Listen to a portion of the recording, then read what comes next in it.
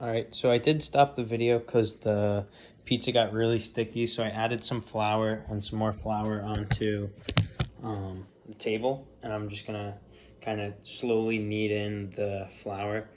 But so as I was saying, like it's a really good dish because, I mean, traditionally everyone loves it, and it's just a really good dish around the world, honestly. Like, it's pretty notable. But I mean, I think one of the cool things about it is that you can make it however you want, and like that's what kind of makes it so the flavor can vary, the color can vary, and the texture can vary, because like some people like the crust to be like really crisp, and then other people really like it to be like really soft and fluffy, which is kind of cool. And then so yeah, this dough I'm using, like I said earlier, I'm using the same recipe that we did in class.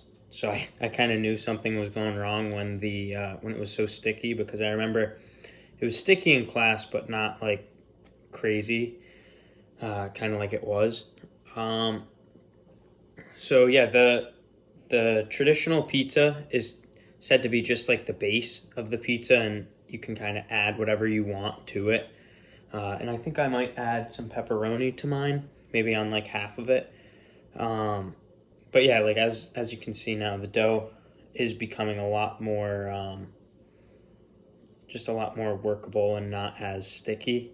But it definitely still is really sticky, so I might add even a little more flour.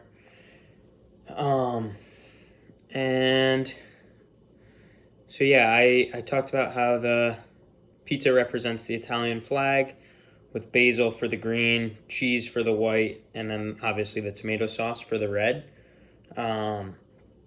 And a lot of I read in like the history of the pizza has a lot of people thought of like pizza as like something to feed like the poor people, because it was really just bread and then some toppings.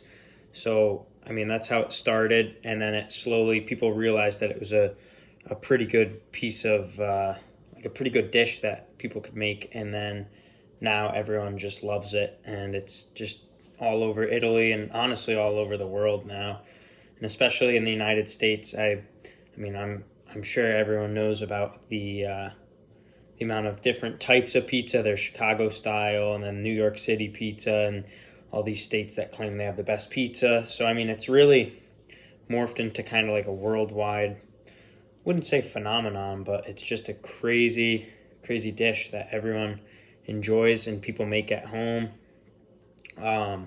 Then also I was researching about the ways you can make it, and traditionally it's made in an oven, which is what I'm going to be doing.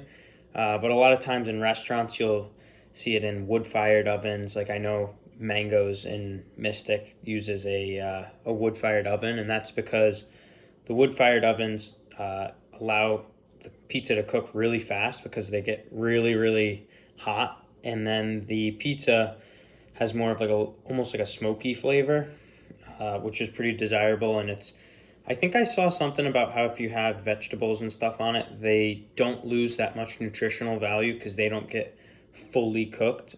But I don't have a pizza oven, so I'm just going to be using my kitchen oven, which is behind me. But so I think the dough is I think it's pretty well mixed together now, so I'll probably follow the step and cover the dough and let it rise for 45 minutes, and then refrigerate it for a couple hours. And so yeah, I'll probably get that done and then start another video once I take it out of the fridge and put it back into the oven, or put it into the oven, I should say.